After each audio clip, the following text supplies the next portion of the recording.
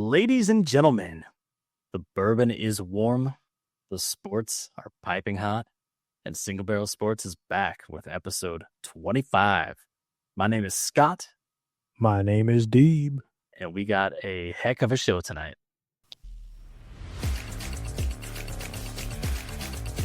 Welcome back to the Single Barrel Sports Podcast. Watching college for fall. I have a couple beers, a couple bourbons. Nah, he's the GOAT. There's no debating that. Will not be nearly as good as the hype.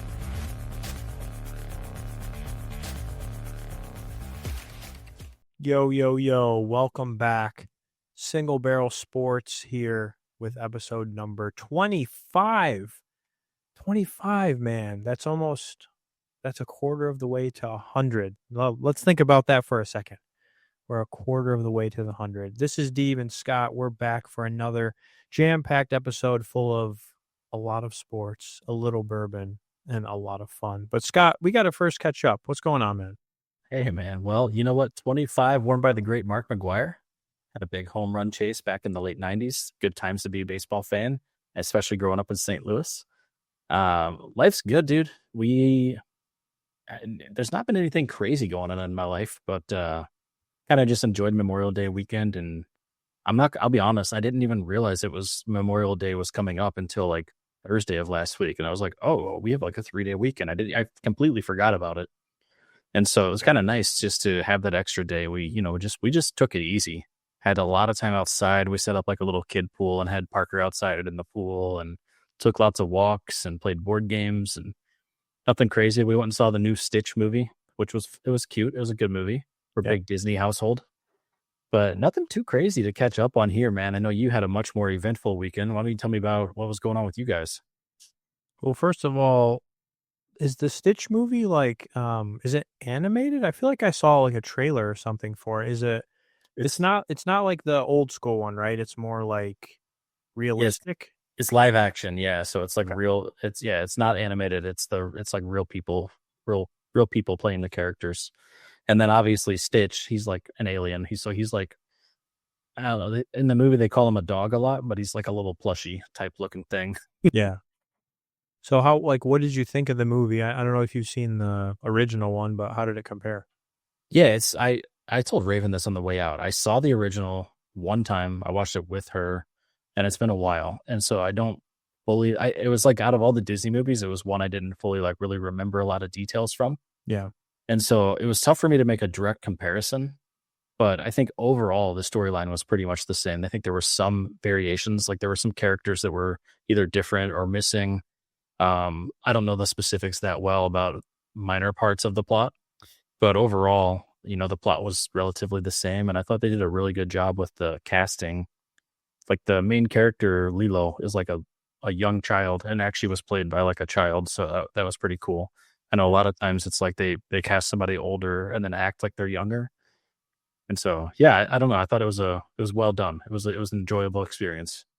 Nice. Well, I think I've seen the original one. I didn't realize that was out yet. So good to know that that's a pretty reasonable movie, because I have not been to a movie theater probably since like you and I have gone, in a long time ago.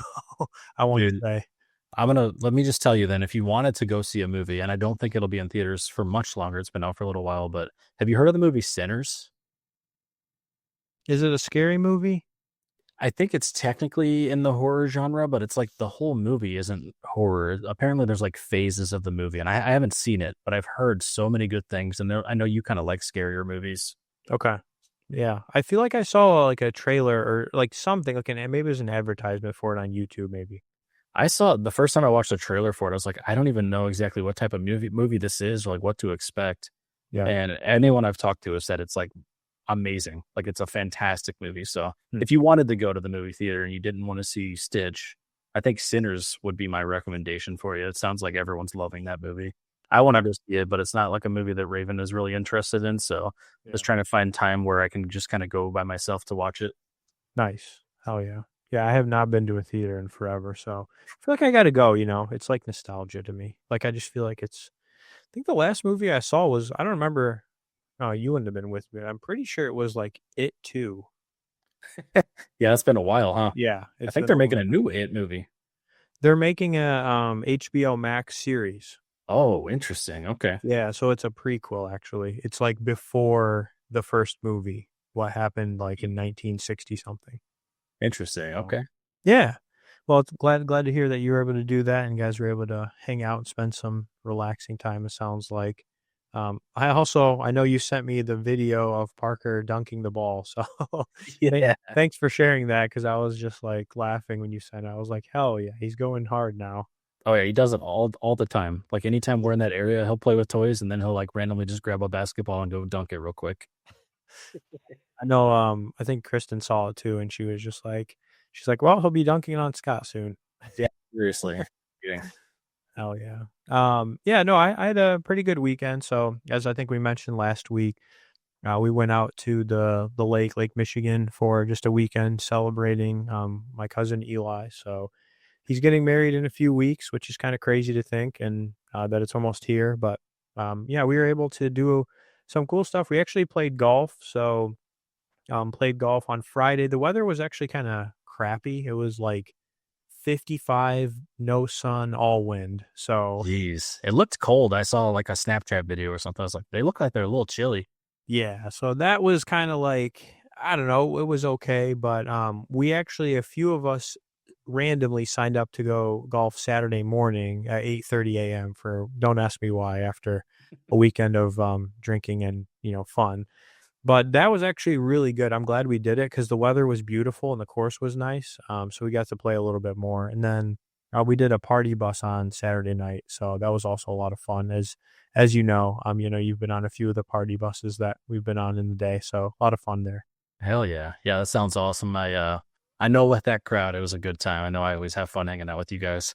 Yeah, yeah, definitely a very fun time. But before we actually get into some sports, I know we just like to give people a brief idea of where they can find some of our information. So you want to tell them a little bit about where they can find some stuff?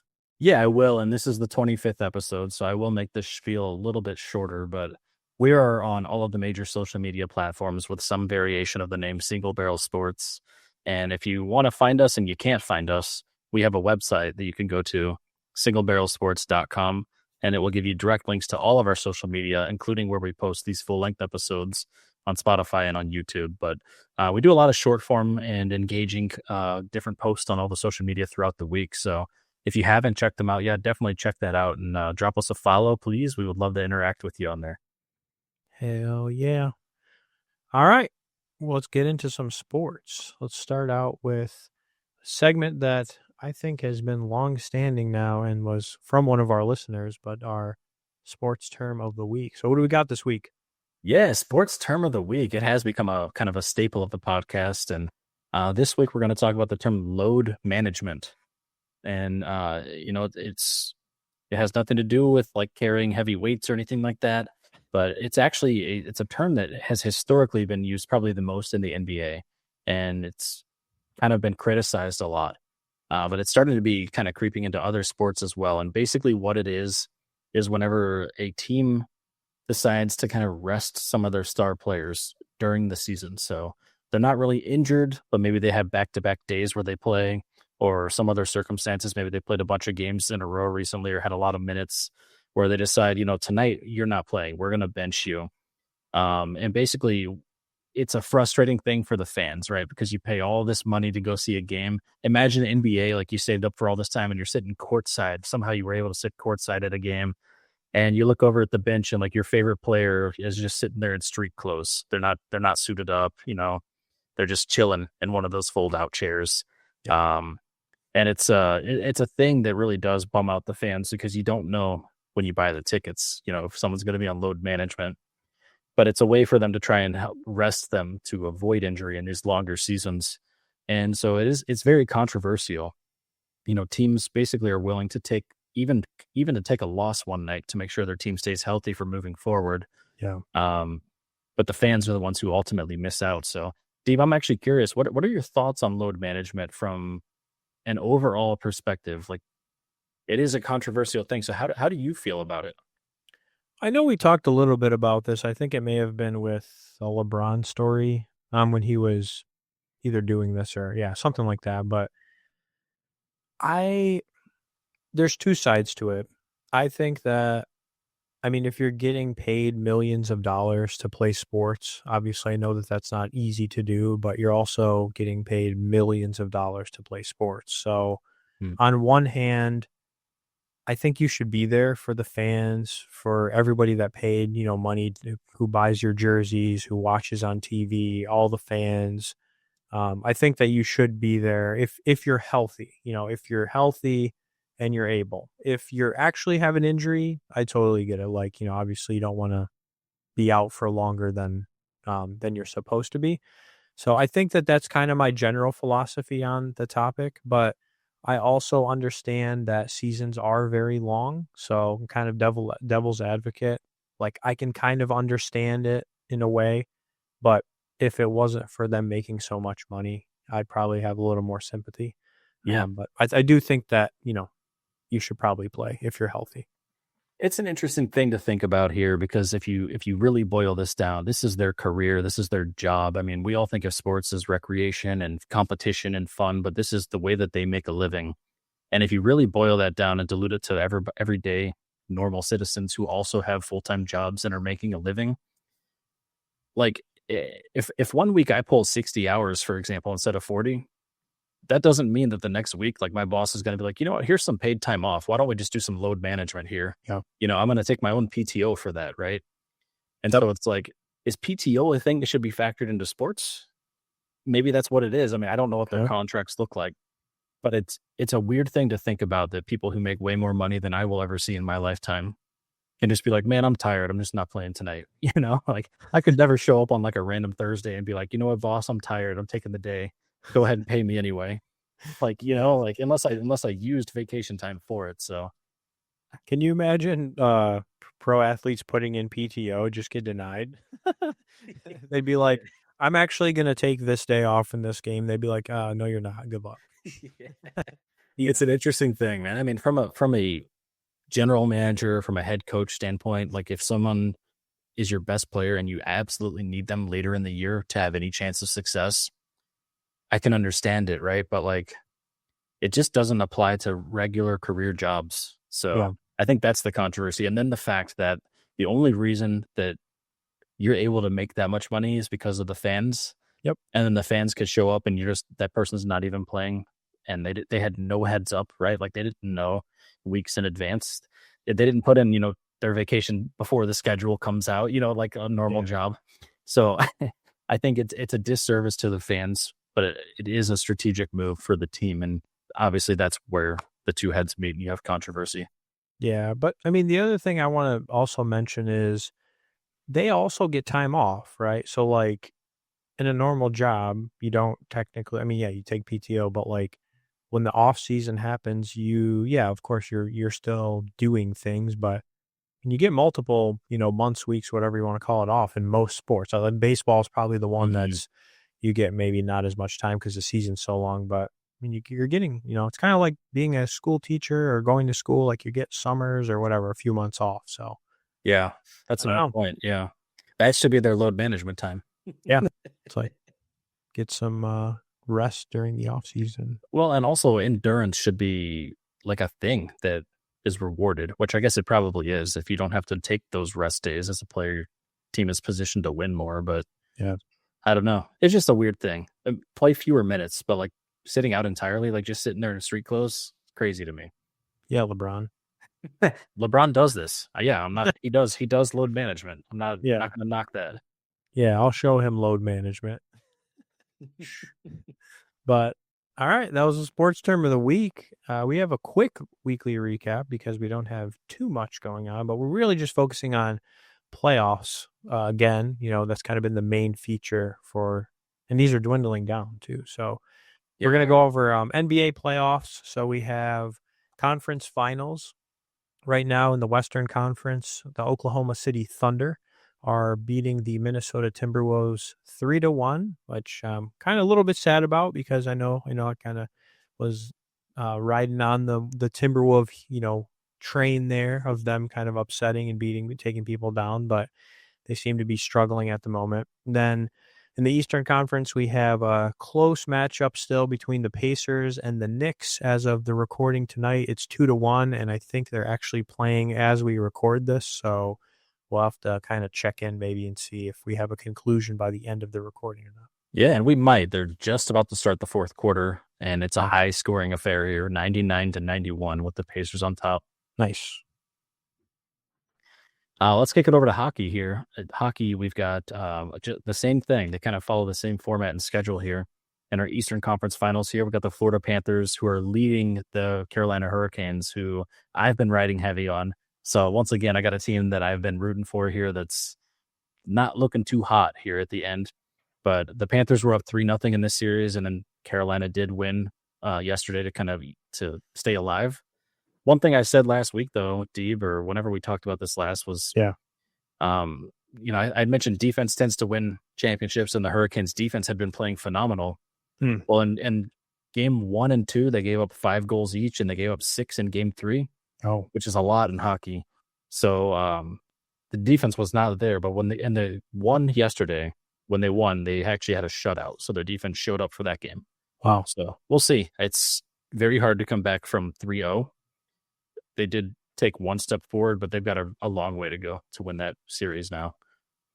The other series is much closer. The Dallas Stars are leading the Edmonton Oilers 2-1, but they are playing game 4 right now. And last I looked, I think the Oilers were winning by 1 goal, so they might even up that series tonight.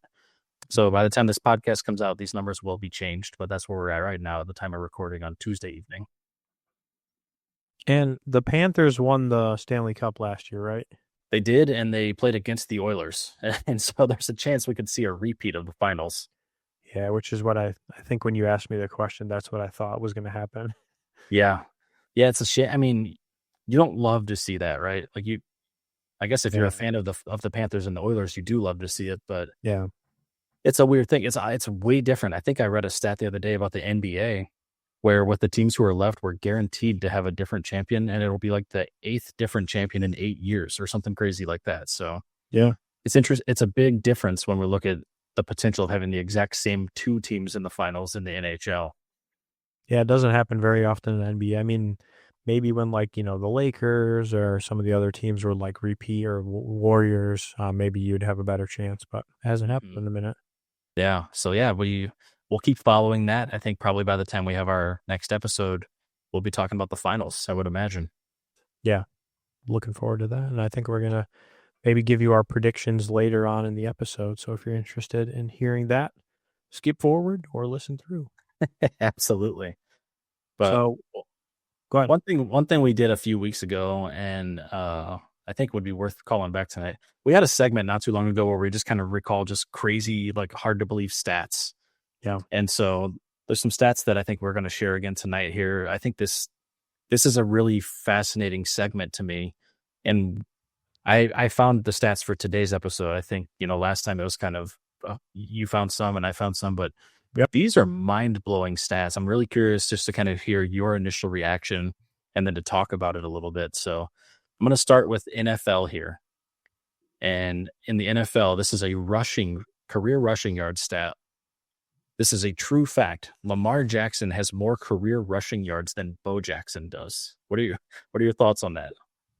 Like, is it a big difference or what are we talking? It is a huge difference. Lamar has set over 6,000. He has 6,173. Bo Jackson actually only had 2,782. So it's like a 3,500 yard difference. Jeez. And again, we're talking career here. So just hearing that, though, I mean, Bo Jackson is regarded as a very high level running back, right? Like when you hear the name, you recognize the name, right? Like you hear it, you think like, oh, good running back. So then digging into it a little bit more, Bo Jackson had a shorter career. He had a lot of injuries. Yeah, and I think that was his downfall here. He also played multiple sports, which I didn't know until looking this up a little bit. Yep. But he was an all-star in baseball and he was a Pro Bowler in football. So just an amazing all-around athlete. He also was kind of a dual threat in football. And he was inducted into the College Football Hall of Fame, but he didn't actually make it into the Hall of Fame for either the NFL or the MLB. I think just because of his short career here. So kind of a crazy thing. He did win the Heisman in college. He had a good short career both in the NFL and the MLB. But I guess I didn't realize how short his career was. That I think when I read earlier, I think he only played like 36 games in the NFL or 38 or something. Yeah, 38. Because I was like, how the hell is his rushing yard so low if he's that good? And it's like, oh, he just didn't play that much. Like he had a very short career. Yeah, I mean, I think his first year too, I think he only played 7 games, so he didn't even play the full season. I think it was either 1987. I just looked it up. He only played 7 games. But he also, I mean, he played many years of MLB. So I don't know, maybe you have to add how many hits on base he had, and maybe he'll be closer to Lamar Jackson a little bit, but yeah, and an interesting fact, I mentioned he didn't make it into the MLB Hall of Fame, but he was inducted into the Kansas City Royals Hall of Fame. So like for their team specifically. yeah. So obviously very good at both sports to have those kinds of accolades. And we talked about two-way players a few weeks ago, and it's just kind of crazy. I didn't realize how great of a two-sport player that Bo Jackson was to be able to play at such a high level in multiple sports. Yeah, how the hell did he play both at the same time? That's crazy. I don't know. Talk about load management. Yeah. Like what?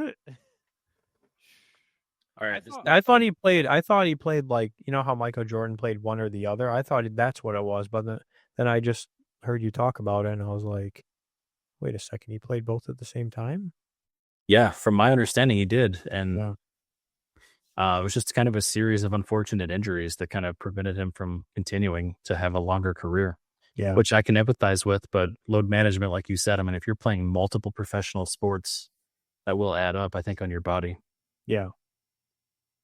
This next stat was kind of crazy. I feel like I may have heard this before, but whenever I was looking up just kind of like fun stats, this one stood out to me. So Shaquille O'Neal, who, highly regarded as one of the greats of all time. Oh, yeah. In his 19-year career in the NBA, he only made one three-pointer his whole career. What are your thoughts on that? Just immediate kind of impressions. Well, I'm kind of curious if it was actually a legit, he took the 3-point shot, or if it was like a half-court shot or something that he made at the buzzer. Yeah, I guess I could have looked up the video for that because I didn't. That'd be something maybe we can make like a little clip about. Yeah, so 1996, it would just depend on when in the year, February, so that would be early in the year. So he would have been playing for the Magic.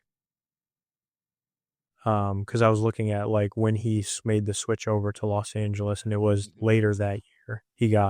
I think he got traded. Yeah, I mean, it doesn't surprise me because if you've ever seen Shaq shoot a free throw, like clearly you understand why. But I'm just curious if like it was like a half-court shot or like he actually took one, Yeah, I think the other part of this stat that is really hard to believe is that in 19 years of playing in the NBA, Shaq only attempted 22 three-pointers. And so not only did he only make one, first of all, he only made one out of 22, which is such a low percentage. But it was very close to him only averaging one 3-point attempt per year for his whole career, which is kind of crazy to think about too. Wow. 22 attempts in 19 years. So he was like the personification of like only playing in the paint, like only doing like the post up game. So I don't know. I just thought that was kind of wild to think about because every now and then you see the big men pull up for a three, but Shaq did it only 22 times in 19 years, only made one. Yeah, so I was looking at the stats from that year to see if there was anything weird, and it's weird because it says his 3-point percentage was 50%. So like he'd only shot 2 that year total and made one of them maybe. That makes sense because he only shot 22 in 19 years, so he couldn't have shot very many each year. Yeah. I'm trying to find what game was it. I wonder if I can actually find the game real quick. It was versus the Bucks on February 16th. February 16th. Let me see if it says anything. Yeah, it just says 1 3-point made, 1 3-point attempt, 100%. That's it. I bet the crowd went crazy, bro. Can you imagine like a guy like Oh. that never shoots threes and just see him pull up and hit one? Yeah, but you know what? You know what's also crazy is more modernly big men that are his height and whatever taller shoot threes all the time. So that's even more crazy to me. Honestly, that's more crazy to me. I never thought I would see tall guys like that shooting 3-pointers. That Yeah, I was mean, like look at such an Wemby. anomaly. Wemby's super tall, right? And he can pull up and hit those threes. He's crazy though. He's hard to compare him to other people. Yeah, I don't know. I feel like that's just how the game's gone though. Yeah. Next stat here. I triple checked this one because I didn't believe it. When Jerry Rice, we're gonna talk about Jerry Rice, which makes it more believable. When he was 40 years old, he had more single season receiving yards at age 40 than Julian Edelman ever had in a single season in his entire career. Isn't that crazy? So Rice, when he was 40 years old, Rice had 1,211 yards and then 7 touchdowns, just in case you're curious. And that was in the 2002 season. And for comparison, in 2019 was Julian Edelman's best receiving season, where he had 1,117, so like 100 yards fewer. Wow. And he had 6 touchdowns, so 1 fewer touchdown. So at age 40, Jerry Rice still had a better season than Julian Edelman ever had in his whole career. Well, like, insane okay. to think about, right? It is. I'm just trying to think through like what's the rationale. Okay, obviously he's like one of the greatest receivers of all time, if not the. But did the Niners have? Well, I guess he was on Oakland then. Yeah, he would have been on the Oakland Raiders. Yeah, that sounds right. So who the hell were their wide receivers that year? I wonder. Like, is it just all trash guys, and so they just threw it to him every time?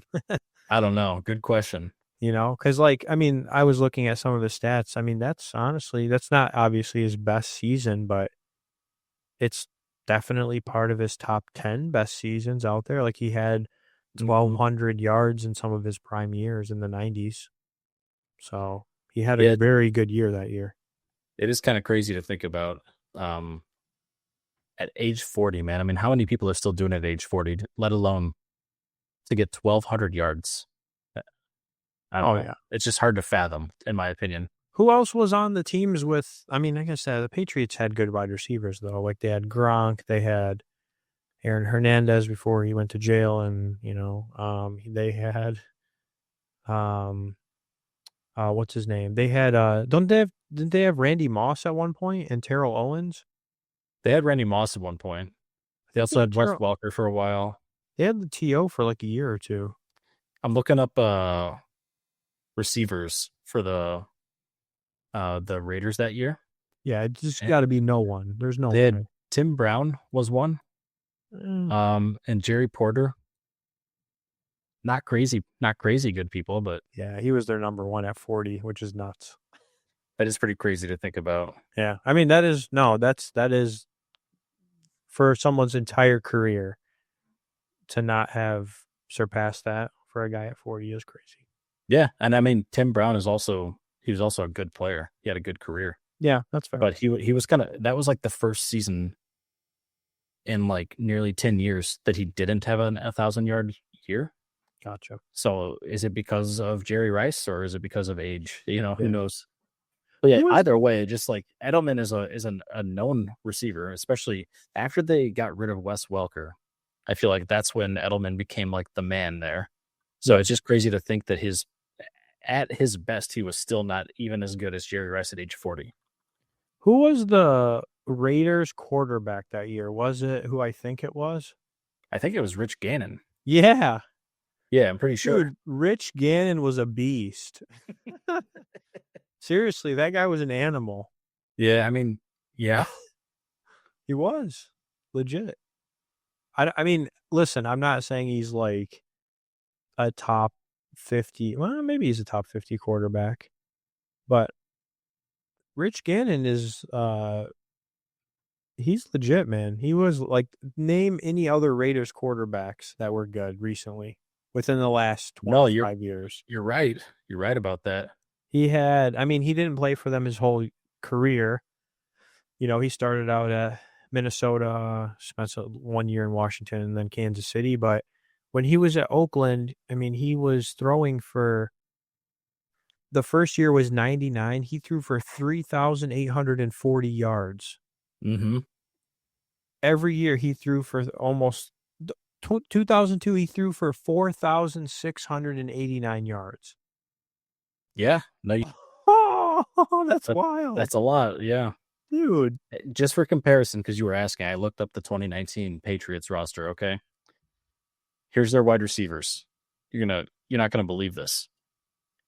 Their best wide receivers were Mohamed Sanu, Jacoby Myers, Josh Gordon played 6 games with them that year, which is hard to believe. Philip what year? 2002?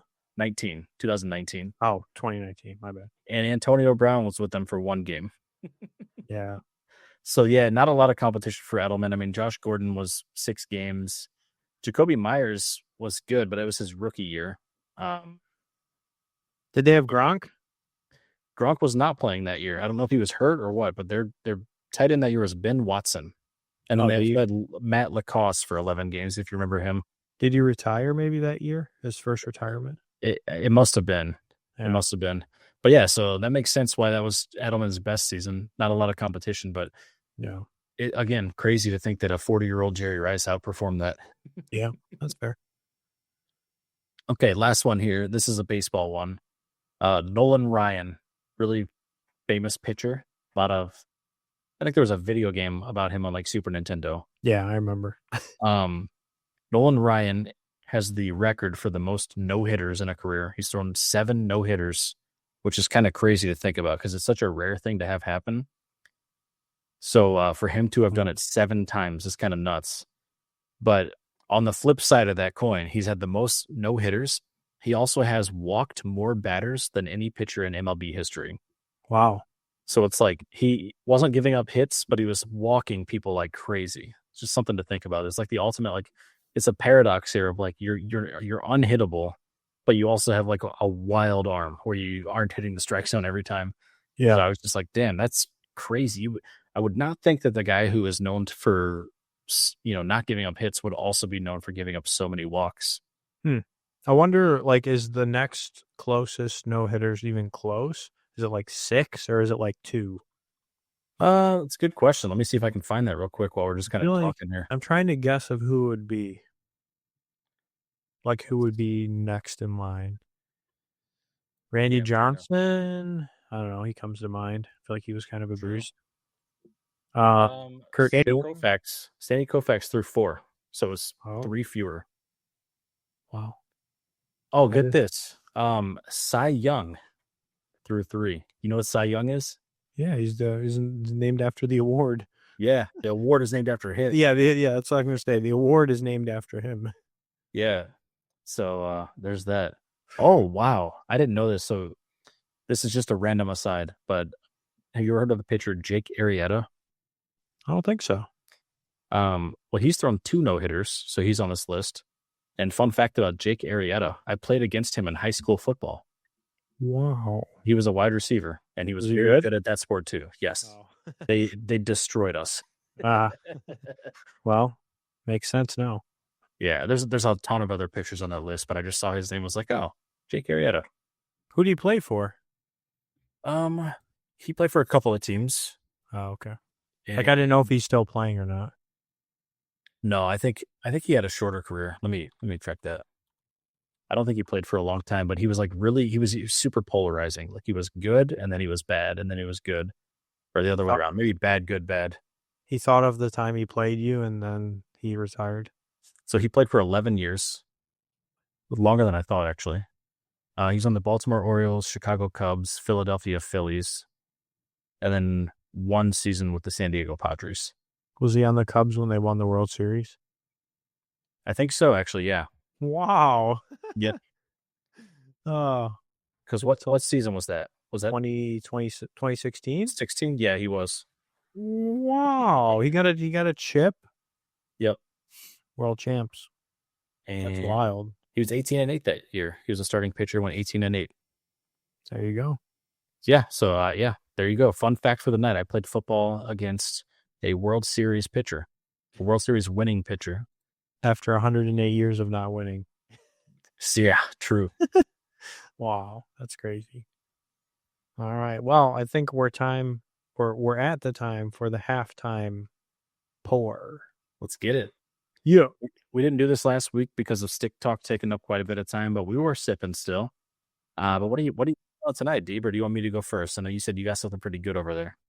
So it is making another appearance. I don't know what number this is, maybe 2, but maybe 3. Ooh, okay. I can get it in here. It's the Wild Turkey. Turn it this way. Single barrel. It is a private selection. It's a pick from the distillery. So I got it from the distillery when we were there this past year.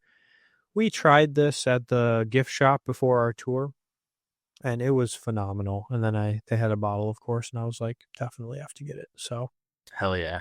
can't really tell you if you can find one or not, because obviously it's from the distillery, but you might be able to find a single barrel out in the wild. That's, again, I mean, from the distillery, but you didn't buy it there, obviously. But it is, what's the proof on this? 101. So Nice. kind of in the middle. Not too bad, not too spicy. Hell yeah. Okay. Well, I have a return appearance here, and it's actually going to be its final one. Oh, because I just poured it and it's killed now. But this is the Penelope Barrel Strength, and this is the one I've sipped on quite a bit recently. Really enjoyed this bottle. Looking forward to trying more of their stuff. I'm probably going to get, I think it's the Architect is the one I'm going to be getting next. nice. Yeah, they just make really good. I mean, I've heard that all of them are good, but this was a fantastic bottle here. And this was the Barrel Strength. It was a 114 proof, so it was hot, but it was also just delicious. So Yeah. $60 or so, go buy you some if you can find it. I was going to say, I forgot to mention that. I feel like this is around 60 to 70, kind of depending on which one you get and where you get it at. So, Hell yeah. but cheers to that, my friend. Yeah, cheers, brother. And I have a question for you, as we always do. For sure.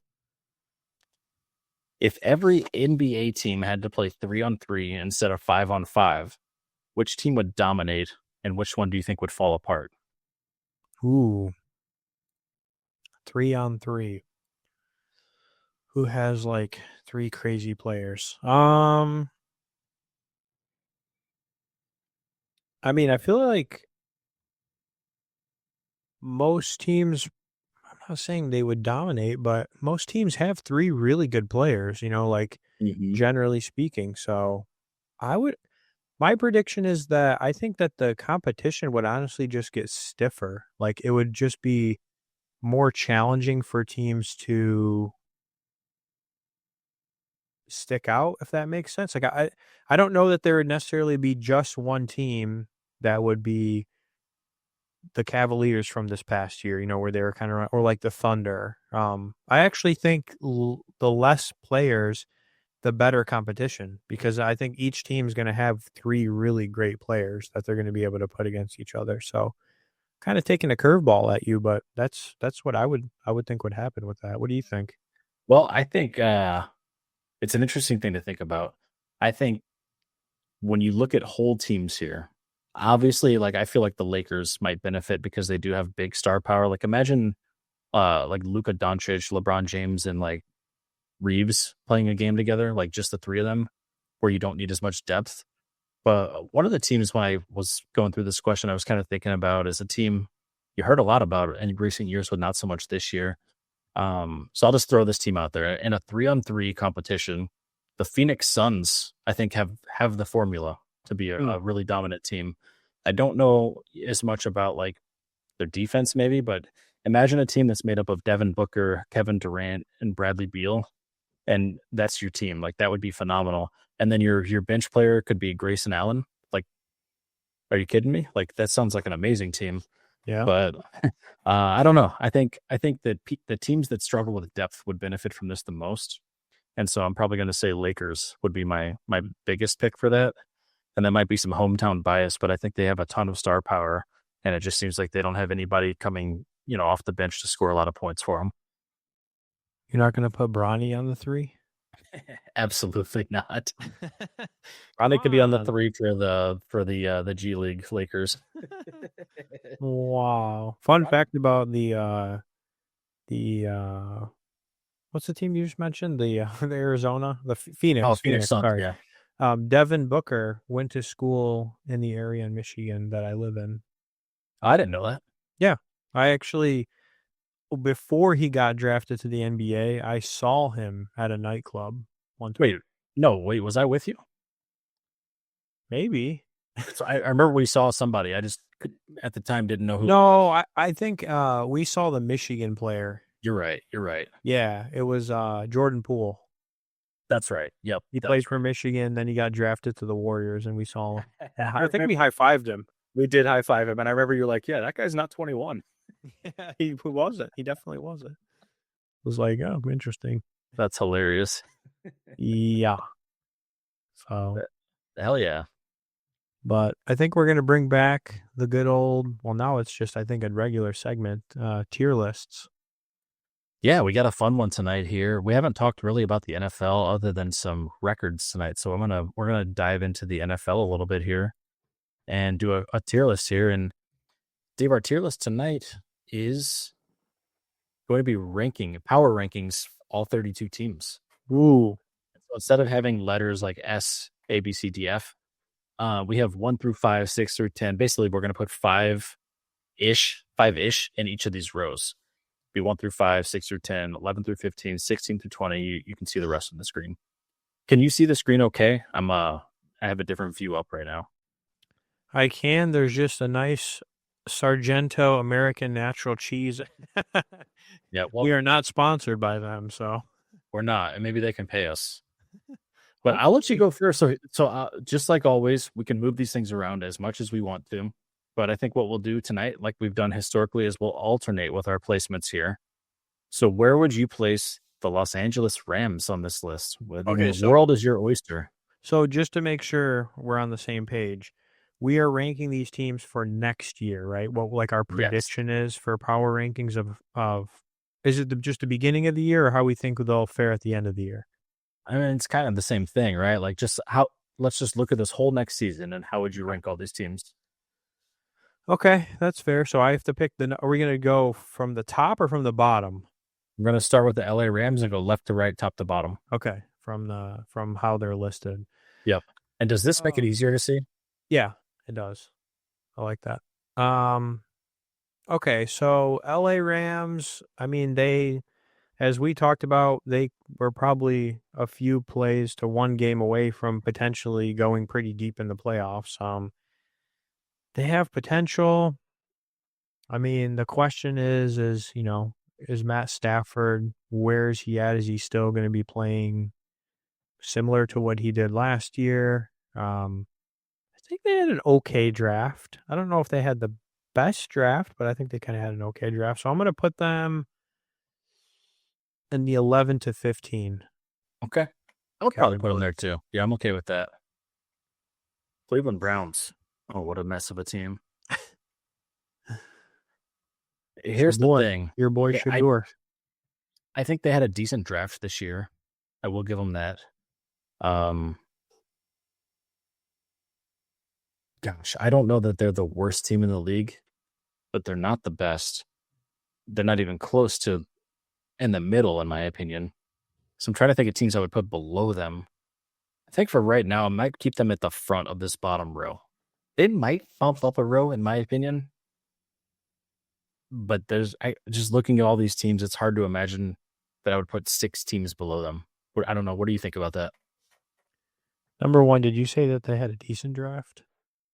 I thought they had a decent draft. I mean, other than drafting Shedeur, but they got him for a value pick there. Yeah, I mean, I'd give him like a B. I thought well, this doesn't really matter for this upcoming year, but I thought that the trade they pulled with the Jaguars was really good for their future. But we'll see the full fruition of that after next year. Yeah. I mean, I would definitely rank them in the bottom. Yeah, like where you have them for sure. Okay. Atlanta Falcons. Man, this one's such a question mark because I mean, they got obviously they're doing the quarterback switch. They did at the end of last year.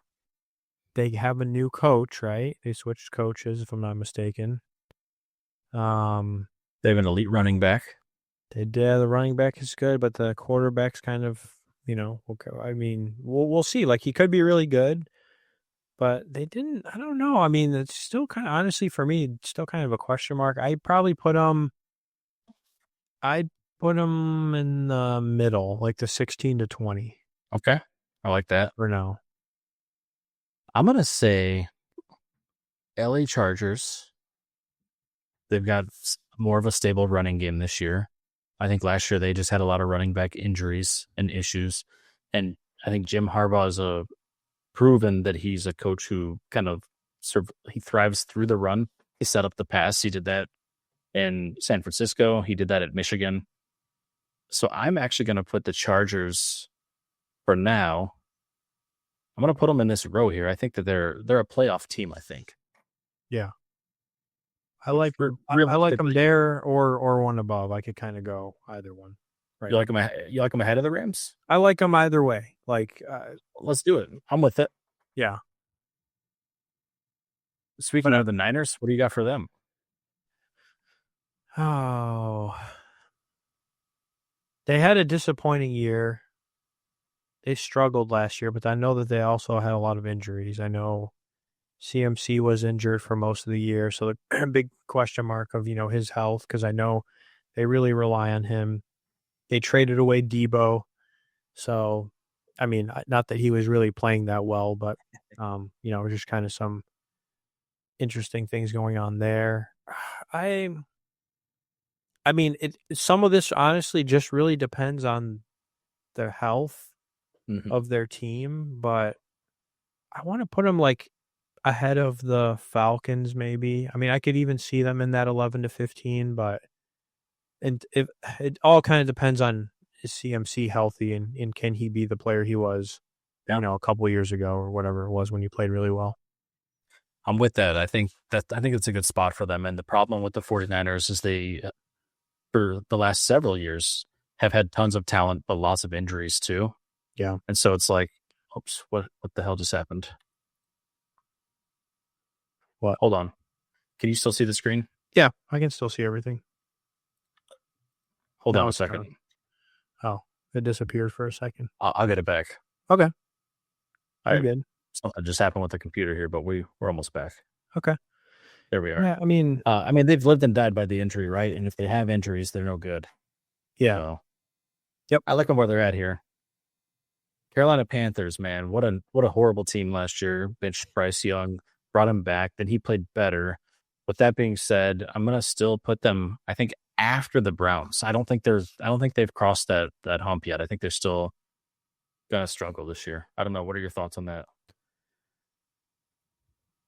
I will say that they made some better movements towards the end of the year. Like, Bryce Young was looking better overall from initially, but they still have a long way to go. I'm trying to think, who did they draft? Oh, they drafted Ted McMillan, right, from Arizona.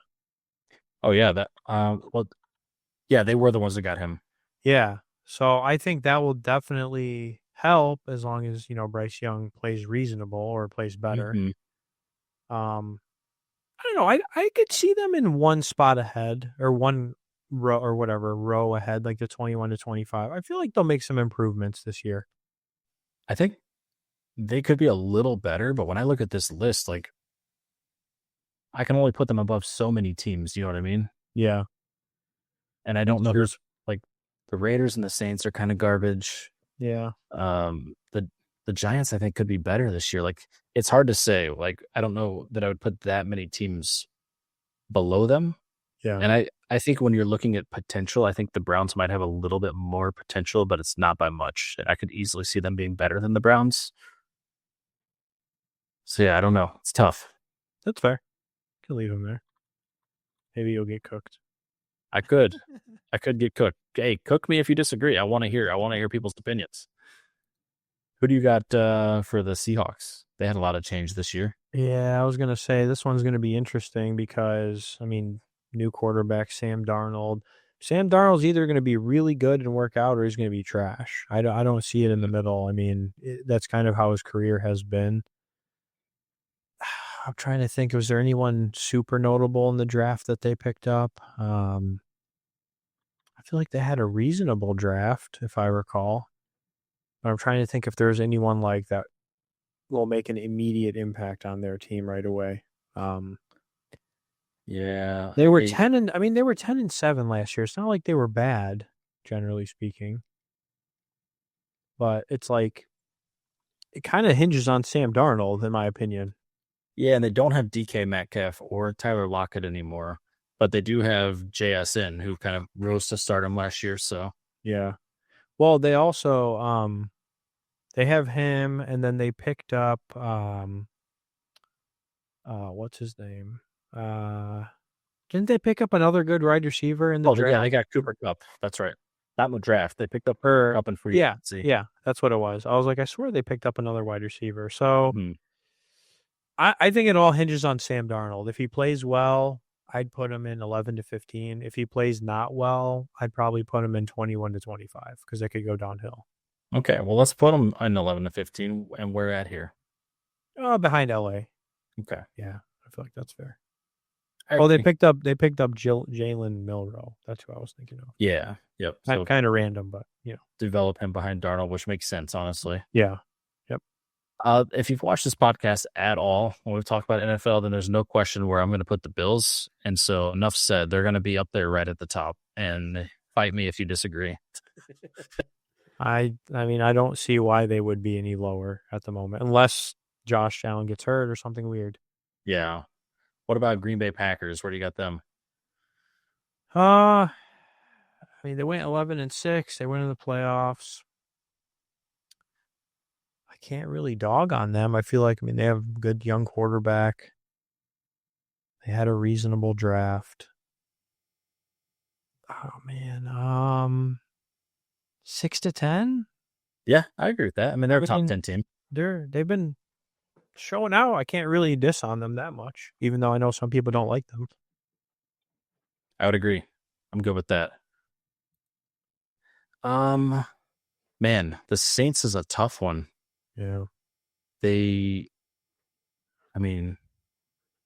Carr just retired in this offseason, but he was no good anyway. Their team wasn't good. I think I'm going to keep Saints in this bottom row here. It's just it's a question of where at in that row. I mean, who's their quarterback? Is it that rookie that they drafted? Or they actually picked someone up? I don't know if they've really come out and said yet. I mean, they have quarterbacks. They have, like, Shuck is listed as their starter right now. Yeah. And I guess because Carr is gone, I mean, Spencer Rattler's their second, so not great. Alvin Kamara, probably on the downhill side of his career. Chris Olave coming off of injury. I can't see them being. I think they're down here. It's just, are they ahead or behind the Browns? In my opinion, I don't. I would put them below. I might even put them below the Panthers. I agree. Okay. I mean, listen, I think anything can happen with teams. They can turn things around, but I don't know. I mean, it all again depends on the court. Like, there's quarterbacks like Spencer Rattler. Yeah. I mean, All right, well, let's talk about teams that may be turning things around. Where are you going to put the Raiders at? They had a good draft. They had a good offseason. They did. They picked Ashton Genty, which I thought was a great pick. Yep, they got Geno Smith also. Brock Bowers, Geno Smith.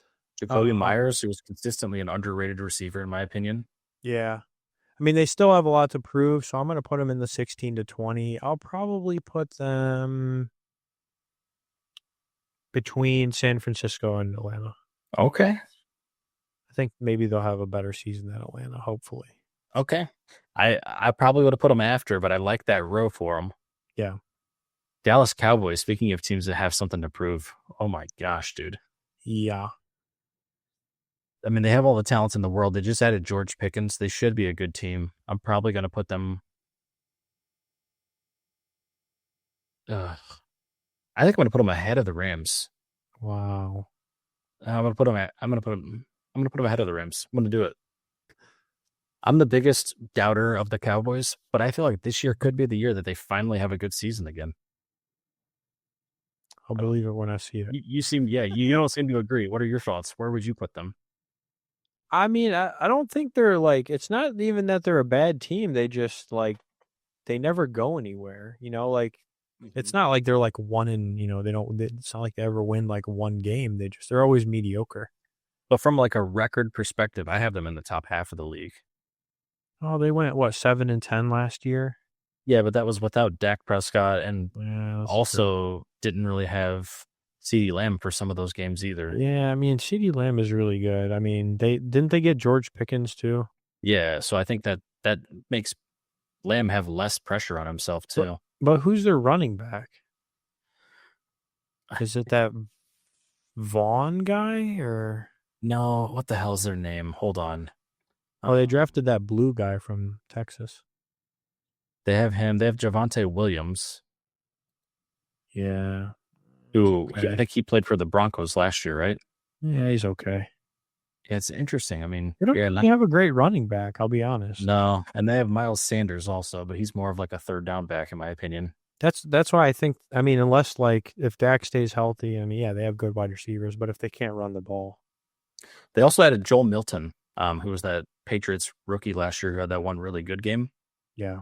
And so they have a little bit of more depth at quarterback now. I don't think Cooper Rush was the answer last year. I feel like the Rams will do better than them though. The Rams, I mean, like you said, slide them down one. I feel like the Rams almost, I mean, they could have went to the Super Bowl last year.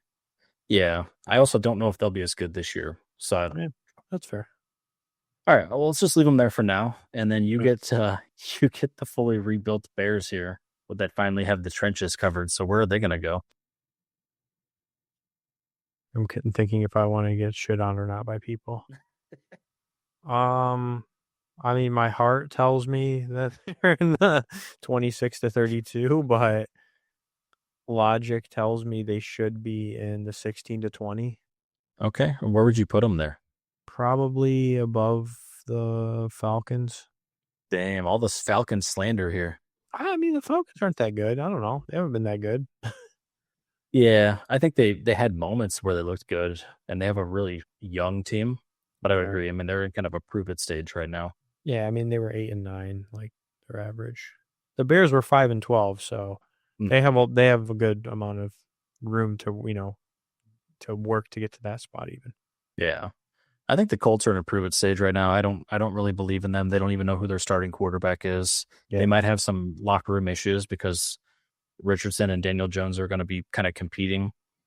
And so for now, I think I'm going to throw them in this 21-25 range. And we'll see how things shake out later because we can only have so many people in each row. So I'm trying to remember, though. They had a reasonable draft, right? Or no, that was the Giants I'm thinking of because they picked was it the tight end from yeah, they got Tyler Warren. Okay, but yeah, the quarterback's the biggest thing. You have to have a reasonable quarterback. Yeah, they have 2 question marks, and then they drafted Riley Leonard, who's also a question mark in my opinion. Yep, I could see them being there, definitely with the quarterback issues. Okay, you get the Dolphins then. Oh man, the Dolphins, I want them to be good, but they went 8-9. They still have Tua, which is a liability. Let's throw them in the 21-25, above the Colts though. Okay. I don't know. They have talent, but New England Patriots are a tough one here. I think I'm going to put them above the Colts as well. They've got a lot of young people. Obviously Drake May had a decent turnaround in the end of the season last year. I think he played much better at the end and made me a little bit more of a believer. Yeah. They had a pretty good draft as well. They drafted Travion Henderson, even though they already have Ramondre Stevenson. So they got good running backs. They added Stephon Diggs. They still have Demario Douglas, who kind of came out last year. In fact, I think all of their most of their top wide receivers of last year are now like depth players for them this year because they added better, just more skilled players. So I think they're a young team that's going to be really good in a couple of years. But right now, I'll probably put them right above the Colts. Yeah, that's fair. Lions top 5. Yeah, I think that's no doubt. Behind the Bills, though, or above? I mean, behind them's fine. They're probably going to be pretty similar. I think that's fair. Like, I feel like they'll be like 2-3, 3-2, whatever.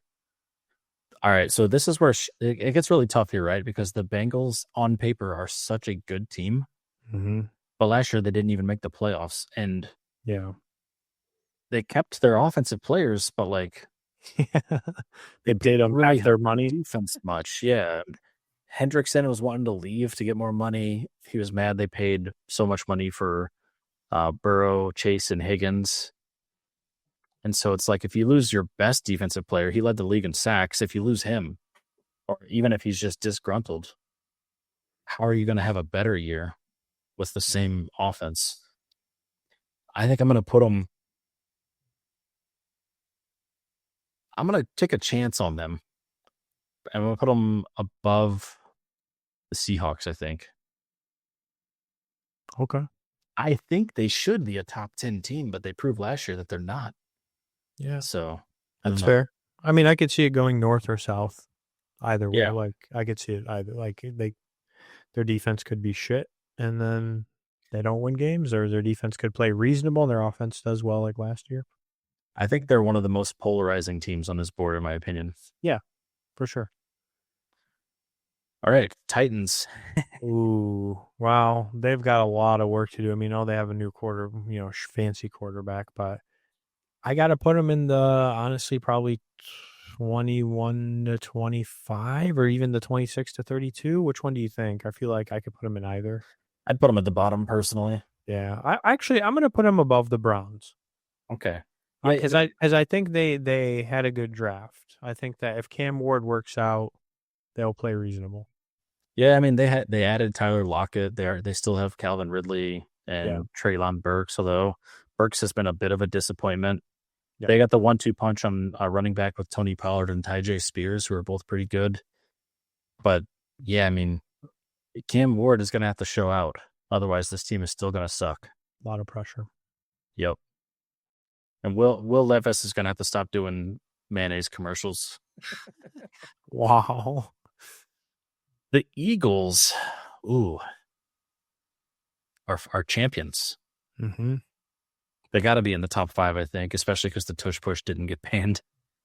But I'm going to probably put them behind these other teams. I still think that there's teams better than the Eagles, even though they won the Super Bowl. So that's where we got them now. I also feel like, and maybe this is just media discourse being started, but it seems like some people on the team are kind of pissed off at Saquon Barkley for some of his politics stuff lately. Oh. And locker room issues can kind of like cause issues. I mean, you never know, but that may not be a big deal at all. But just another thing to keep an eye on. Yeah. It's fair. Oh, Jaguars, where are you going to put them at? They're, I mean, kind of middle of the road. I mean, yeah, they got Travis Hunter or whatever. Like, people think that's going to make them like super good instantly. I mean, they went 4-13, so clearly they're not great. Will they be a little bit better? Probably. So I'm going to put them 21 to 25. I'd probably put them above the Colts. Okay. Is where I would put them. You're giving them a good amount of faith. I could see that. I would teeter between like after the Colts to before the Titans. Yeah. So yeah, we're kind of in similar spots. This is when things are going to get interesting because I'm a believer of the Denver Broncos, and I think Bo Nix got better as the year went on. Yeah. And so I have a really hard time saying like that they'll be worse this year. I think they'll definitely be better this year. They added Evan Ingram at tight end, which if he stays healthy is going to help them a lot. So this is where things are going to get weird because you can call me crazy, but I think I'm going to put them above the Cowboys here and slide the Seahawks down. I would have put it in the top 10. You'd have put you in the top 10? Yeah, I mean, if they play anything like they did last year, but a little better, then I mean they were close. Like, I mean, he didn't. It was his rookie year, so let's do this instead. Then, how about that? I'm going to bump the Chargers up and put them at 11. Broncos at 11. Yeah, that's fair. Because I I think the think to me, Chargers were a little bit better. But yeah, I think those are interchangeable. So yeah, that's fair. I mean, one was 10-7, one was 11-6, so they're pretty close. and I could easily see the Denver Broncos being better than the Chargers, but I could also easily see the Chargers being better than them. So Yeah. okay, you get the New York Giants, who did have a good draft. Very young team there as well. Where are you going to put them at? They drafted what's his name? Abdul Carter and Dart. But their quarterback is Russell Wilson for now. For now. They're like they have him. So yeah, I mean, so they have Russell Wilson, Jameis Winston, and Jackson Dart on their QP room, and Tommy DeVito. But and they got Cam Scatterbo. Yep, they got Scatterbo, and they also still have Tyrone Tracy and Devin Singletary. They have Malik Neighbors, a wide receiver, with Wan'Dale Robinson and Darius Slayton. I mean, these are all good players. I think that they lack a little bit in superstardom right now, other than maybe Malik Neighbors. But all of these players are good players. So yeah, it's interesting, right? Because they were so bad last year, but they could be good this year. If their quarterback situation works out, I actually think they can be pretty surprising. They have upside. If it doesn't work out, then they're going to be trash.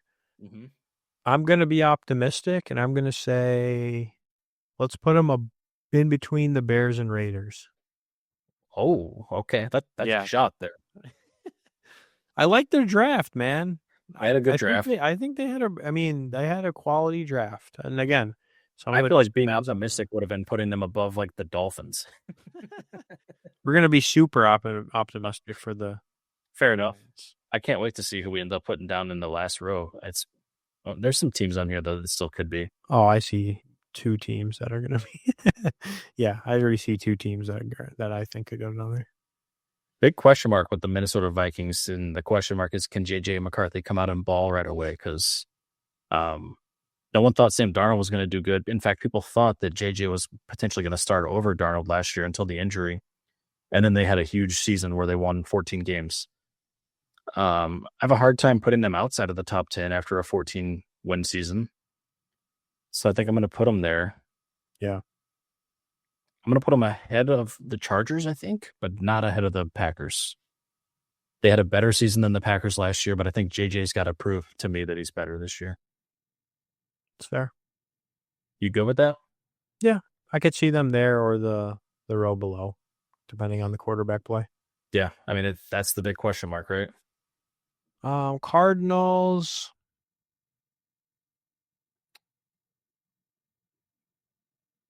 I think they're going to. I mean, I can't put them in. Okay, hold on. Let's see who's left. I see 2 teams that are probably going to go up in the top 5. I'm going to put the Cardinals 21-25. I feel like maybe they're at the front of that list. At the front, okay. Yeah. You're a believer. I don't think they're horrible. I just don't think they're going to be like that good. If Marvin Harrison Jr. works out, maybe they'll be better. Yeah. I mean, the names on their depth chart, at least on the offensive side, they have potential. They went 8-9 last year, so it's not like they were horrible. Yeah. Yeah, I don't know. At one point, and like on one arm, I'm like, I don't know if I'd put them that high, but on the other arm, I'm like, well, I don't know that I would put them below any of these other teams. So I guess I agree. Yeah. Not much to say about this. The Ravens are going up top, and in fact, I'm going to put them after the Eagles. Yeah. Or in front of the Eagles, I mean, but after the Lions. And then the Chiefs. I feel like the Chiefs have to be top 5. Yep. Where are you going to put them on this list? Between the Ravens and the Eagles. Okay. I mean, they're all interchangeable, I think. I agree. Yeah. Any of those. I would, especially the top 4 there. I feel like any of them could be in any order. Yeah. The Buccaneers, I'm going to put top 10 here, man. I think they had a lot of injury issues last year, but they're a good team. Yep. And so, maybe I'm wrong. If I'm wrong, I'm wrong. But they went 10-7 last year. They won their division, and that was with a lot of injuries. And so I think I might actually put them ahead of the Chargers even. Yeah, I can see that. I mean, if they play how they have been. Jets. The Jets, they're in the bottom. Yeah, yes, they are. Maybe, we're at it. Below the Browns, between the Panthers and the Browns. I don't know. I mean, I'm good we're kind of interchangeable still. So This is when things are going to get interesting because things are going to have to shift a little bit here. Yeah. The Steelers is such a question too, because like they're clearly going to get a quarterback, but they don't have one yet. So it's really hard to gauge where they're at. They were 10-7 last year with Russell Wilson and Justin Fields. I think I might put them. I could get cooked for this, but I think I'm going to actually put them ahead of the Seahawks here. It just depends on the quarterback. It's honestly very hard to say without a quarterback. I'd agree with that. Like if they have a terrible quarterback, I could see him in 21-25. Yeah. If they have a reasonable quarterback, 11-15. Maybe I'll put them after the Seahawks. That's a better compromise. I think they could be better with a good quarterback. I think they'll be better. Yeah. If they don't add a QB, then they're definitely going to be worse. Yep. I put Commanders above Green Bay. I think they're probably number 6. Okay, I'm good with that. Just based on last year, Jane Daniels, if they can continue the momentum. And then the Texans. Oof. What a questionable team. I mean, again, injuries plagued them last year, and they were still a playoff team. Yeah. They went 10-7. And they stay healthy. They added another good wide receiver, I think, too. Yeah, they added Christian Kirk, which is a depth role, but obviously they don't have Tank Dell. He's going to be out, I think, potentially all season. Joe Mixon's not getting any younger. Hold on. I thought they added another good wide receiver. Let me see. From the draft. I think they did draft somebody, yeah. They added... who was it? Is it... No. Well, now I'm over here questioning who they added to. I don't know. Maybe I'm thinking of a different team. I think they did draft someone. They drafted Jaden Higgins from Iowa State. Yeah, that's right. Wait, they do have Tank Dell. Why'd you? Or he's out? What'd you say? Yeah, his knee is still destroyed. He's probably gonna miss the whole season. Oh, really? Yeah, that was a really bad injury, which is rough. I have him in my dynasty league, and yeah, you'd hate to see that. Yeah, that sucks, man.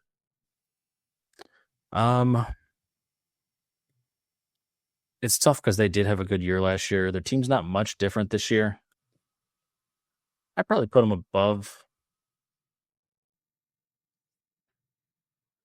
I can put them above the Steelers. I don't know what you think about that. And then we're going to have to move some of this around.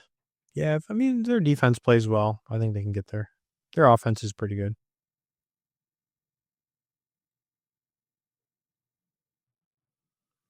Drop the Falcons. Put the Bears in last. Wow. I'm just joking. I'm trying to make sure I don't screw this order up here. I think this is right because there's 5 in every row, but the last row has more. Yeah, it's got 6. Yep, you're good. I like it. So we have the Saints being the worst team in the league this year. I don't hate that, honestly. I mean, they drafted Tyler Shuck. Either they know something we don't, or they're going to be dog crap.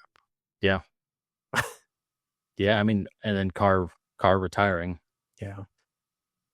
I mean, if we look at it from last year, the worst teams in the league were the Bears. Well, the Bears had someone else's pick, gave them the first pick. The worst teams were the Browns, the Titans, and the Giants. And the Giants, we've moved up quite a bit. I think you were being very gracious to them, which I think that out of all teams they deserve. Yeah. Well, look what happened to the Commanders. I mean, they were trash or not that great, and then they made a huge leap. Yeah, you know what? I'm good with this. I'm good with this. I would maybe even put the Jaguars lower, but they also had Trevor Lawrence injuries last year. They had Christian Kirk injury, and so their offense is struggling. You know what? These are the types of things you don't overthink them. Yeah, we did it. We're done with it. This is it. That's what we got. Make sure you don't close it out so you can get a screenshot. I will. For sure. Yeah, because we want to hear. Tell us what you think we got wrong. Tell us what we got right. I want to hear from anybody who wants to interact with us. Let us know what your power rankings for this next NFL season would look like and why we're wrong. Sweet. That was fun. Yeah, that was a good one. I'm going to go ahead and we'll close that out and we'll move on here to the next stuff. All right. We have a community call out where we like to just acknowledge some folks out there who interact with us on social. So I can do these. Shout out to YouTube. We have some comments from Aziz Luther commenting on NBA teams. TikTok new followers. We have Malok, Luke Threeham, Richard Quick 423, Veronica Schweitzer, and Clem Fandango.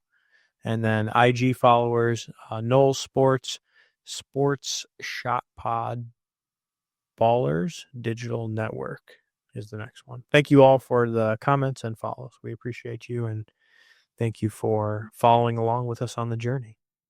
Yeah, we appreciate it as always. And we'll always try to shout out some people each week that interact with us. So thank you all. Let's go into some picks here, Deeb. This will be a quick one this week. Oh, yeah. Since these conference championships or series are already well underway here, I don't want to hop in and try and guess who's going to win when some of these series are already like 3-1. So instead, let's choose who is going to be the finals champs for NBA and NHL. So for NBA, who are you rolling with? I got to go with the Thunder.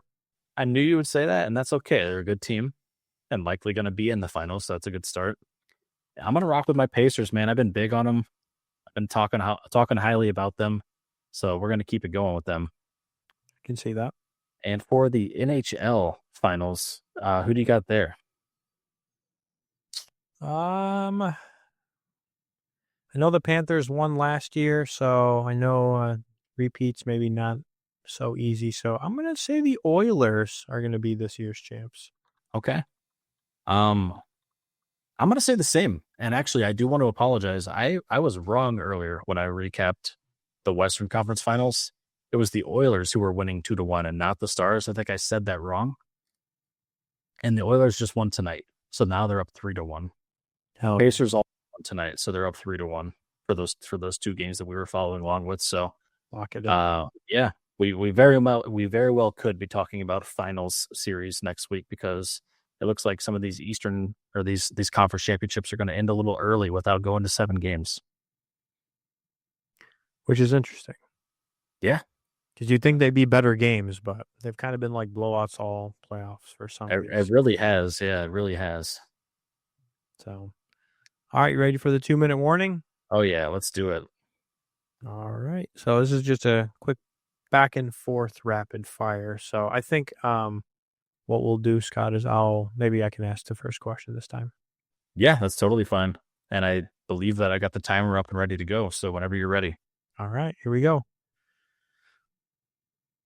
Would you rather tailgate with Bill Belichick or karaoke with Mike Tomlin?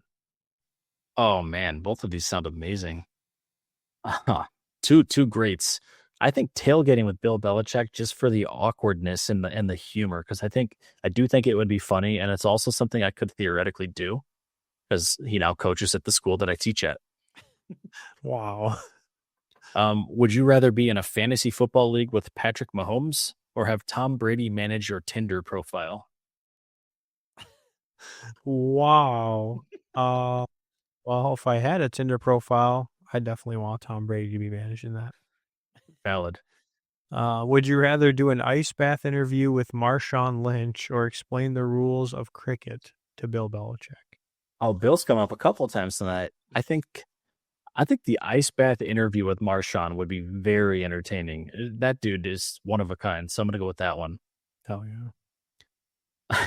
Would you rather replace the Gatorade with gravy for a winning dump on the coach or have to shotgun a warm protein shake after each touchdown you score? Definitely the gravy. That sounds absolutely disgusting to drink warm protein shakes. Yeah. Ew. Would you rather take one punch from Mike Tyson in his prime or take one charge from Zion Williamson? I think one punch from Mike Tyson could potentially murder me.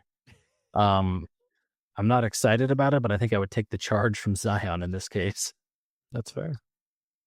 Would you rather accidentally call your coach dad during a post-game interview or get caught picking your nose on the Jumbotron? Probably calling coach dad. I feel like that's more natural and less embarrassing. Fair. All right, one more. All right. Would you rather have to wear a full football uniform to a wedding or a Speedo to your fantasy draft? Ooh. Honestly, the Speedo to the fantasy draft I think would be hilarious because it's not a formal event and it's among like close friends that are already going to be doing silly stuff and talking a lot of trash. So I probably would go with that one, although I don't think anybody would want to see that. Including yourself. Yeah, exactly. Yep. Wow. Hell yeah. Well, hope you all enjoyed that. I know I always get a nice laugh out of it. Oh yeah. But it's time for the last call, which just like when you're at the bar and they kick you out, it's time for us to kick you out. But we have to leave you with some words before we leave. So Scott, what do you got? Yeah, I just want to, thank everybody. I do this every week, but this is it's an exciting part of the week, and it's nice for Deeb and I to have an excuse to just come together and hang out for a little bit each week. Especially, if you've been here from the beginning, you know that I recently have moved away and we don't live in the same area anymore. So, thank you for everyone who interacts with us and gives us a purpose and a reason to keep staying motivated to do that. And we'll keep bringing it here. And if there's things you guys want us to talk about that we're not hitting, we're very flexible in this time of year. The sports seasons are about to be slowed down quite a bit after NBA and NHL end, and it opens up a lot of opportunity for us. So if there are things that we're missing that you'd like, or maybe things that we're doing that you think we could, maybe skip that next time, just let us know. We're very open to feedback right now, especially in this season of sports. And the last thing I will say is, if you guys are interested in live streams for sports games, I know we played a little bit on the podcast last week, but if you guys want to see us just kind of talk sports and play live without the podcast format, let us know. I think that's something we'd be very open to doing. Hell yeah. Well, my last call is number one. It's crazy that we've done something for 25 weeks in a row. So I just want to say shout out to us for doing that, and shout out to you for listening. If you've been here for that long, or you've maybe listened to some of the episodes and you're here. And yeah, I mean, I definitely like doing the different things and kind of exploring the various types of topics and streams. I know we kind of talked about maybe doing a Madden live stream. So if y'all want to see that, give us maybe a thumbs up or comments to let us know that you want to see me beat Scott in Madden. And that's all. I think that's all for now, Scott. All right. Well, cheers to you, my friend, and cheers to everybody out there. Have a great week.